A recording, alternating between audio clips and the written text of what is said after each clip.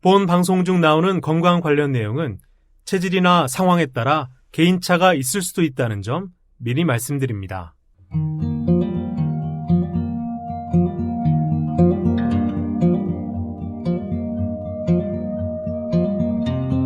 안녕하세요 청취자 여러분, 건강유정 유창희 원장입니다. 2020년 3월 1일 북로장생 문학작품 속 생로병사 이야기, 권여선 작가님의 사랑을 믿다 세 번째 시간으로 오늘 이어가겠습니다. 무사히 잘 보내고 계십니까? 몸 보존 잘 하시고요. 항상 조심해서 지내야 하는 요즘입니다. 이 소설 사랑을 믿다, 남녀의 사랑에 대한 감정과 기복을 묘사한 소설이고요.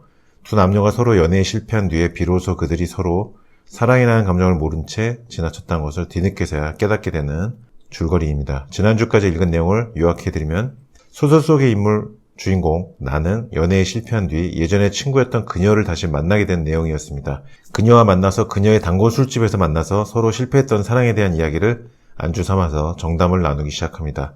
오늘 읽어드릴 부분에서는 술집에서 안주로 제육볶음을 시키는 장면이 나오는데요. 요즘 같은 시절 면역력을 강화해야 되는 시점에는 돼지고기를 적절히 드시는 것이 꼭 필요합니다. 면역력 증진할 수 있는 식품 중에서 한국인이 가장 쉽게 선택할 수 있는 식품 중 하나가 바로 돼지고기인데요. 철분, 아연, 셀레늄 등이 다량 함유되어 있어서 가성비가 높은 식품 중 하나입니다. 돼지고기에는 신체 면역세포의 재료인 아연, 철분뿐만 아니라 여러 가지 필수 아미노산이 풍부하게 들어있어서 요즘 같은 때 어느 정도 섭취해주면 면역력 강화에 도움이 많이 되는 음식이죠. 다만 돼지고기를 삶아서 수육으로 드시거나 제육볶음으로 드실 경우에는 마늘, 생강, 양파를 조금 넣어서 함께 드셔주셔야만 건강에 좋습니다. 그 이유는 돼지고기에 함유되어 있는 비타민 B1이 마늘, 양파, 생강 등에 함유된 알리신과 결합해서 비타민 B1의 흡수를 10배에서 20배가량 높여주기 때문에 면역력 증강에 많은 도움을 줄 수 있기 때문이죠. 제육볶음에 마늘, 양파, 생강을 꼭 넣어서 같이 먹어야 한다는 거 기억해 주시고요. 오늘 권여선 작가님의 사랑을 믿다, 술집에 가서 제육볶음을 시킨 장면 함께 들어보겠습니다. 김세원 아나운서의 낭독으로 권여선 사랑을 믿다 함께 들어보겠습니다. 그리고 건강유정은 내일 아침 8시에 다시 찾아뵙겠습니다. 편안한 일요일 저녁 되십시오.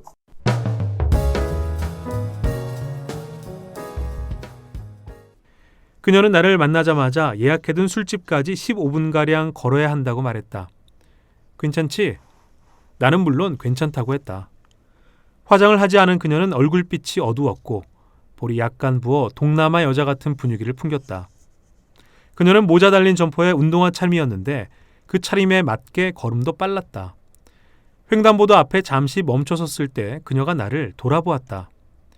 지난주에 큰 고모님께서 돌아가셨어. 내가 오 그래? 하는데 그녀가 피식 웃었다. 나는 친척 어른이 돌아가셨다고 말하면서 그녀가 왜 피식 웃는지 의아했다. 신호가 바뀌자 그녀는 횡단보도 쪽으로 발을 내디디면서 혼잣말하듯 중얼거렸다. 정확하진 않지만 희한하다든가 뭐라고 한 것 같았다. 주위를 둘러보았지만 희한한 것은 없었다. 굳이 희한하다면 그녀 쪽이 약간 그랬다. 큰 고모님께서 돌아가셨는데 왜 피식 웃느냐 말이다. 예전부터 그녀는 내게 가끔 이런 의아함을 불러일으키는 행동을 하는 편이긴 했다. 그녀가 안내한 술집은 몹시 좁고 기차처럼 길었다. 그런 후미지고 허름한 술집을 예약까지 해야 한다는 사실이 놀라웠다. 단지 4개의 테이블이 일렬 종대로 놓여있을 뿐이었고 오른쪽 벽을 따라 겨우 사람이 지나다닐 만한 통로가 있었다. 입구 맞은편 기차 머리 쪽이 주방이었다.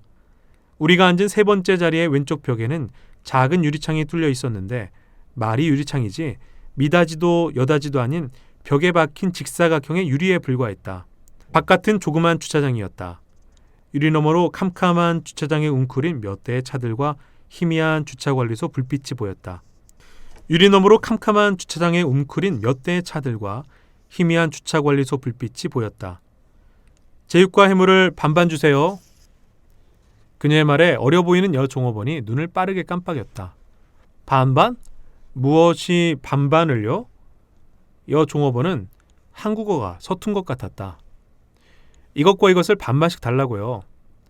그녀가 벽에 붙은 메뉴판의 항목을 하나씩 가리켰다.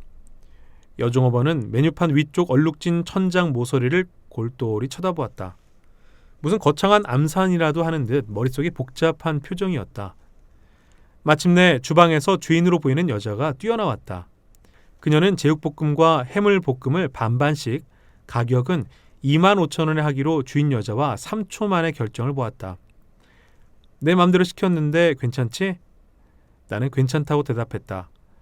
솔직히 말하면 냉동 재료를 벌건 양념에 대충 볶아내는 요리를 좋아하진 않았지만 안주 같은 건 안중에도 없던 터라 달리 반대의 의견을 내지 않았다.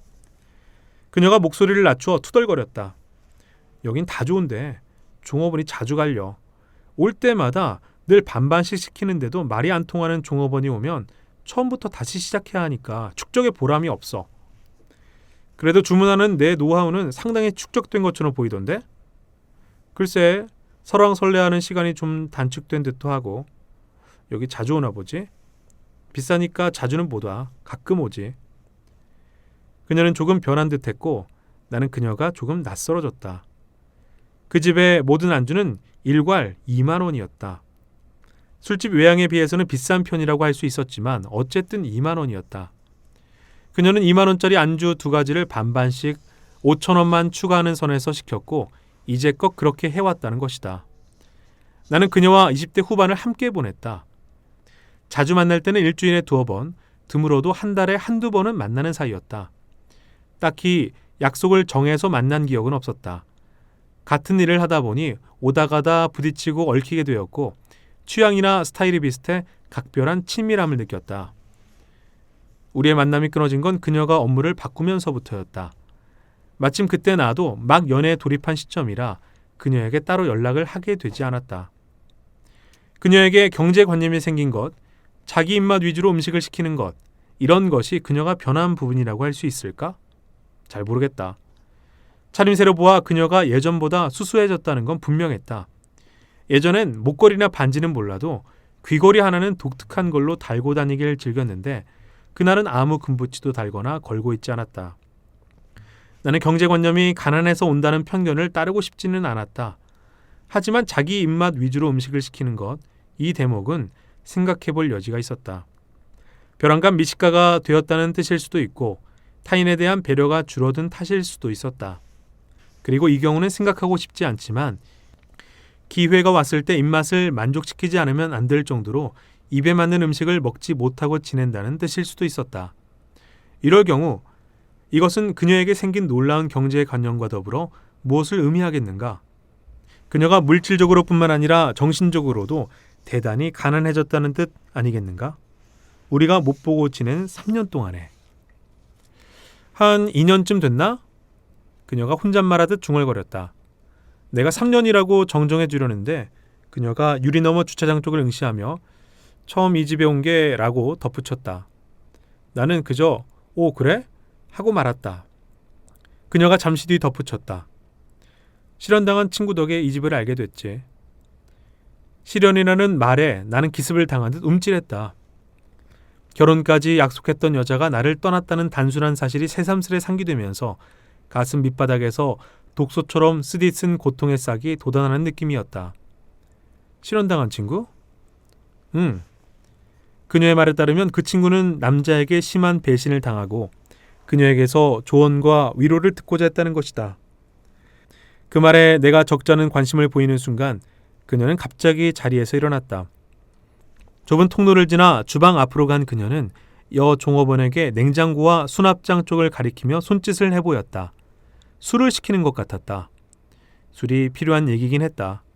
특히 내게는 더 그랬다.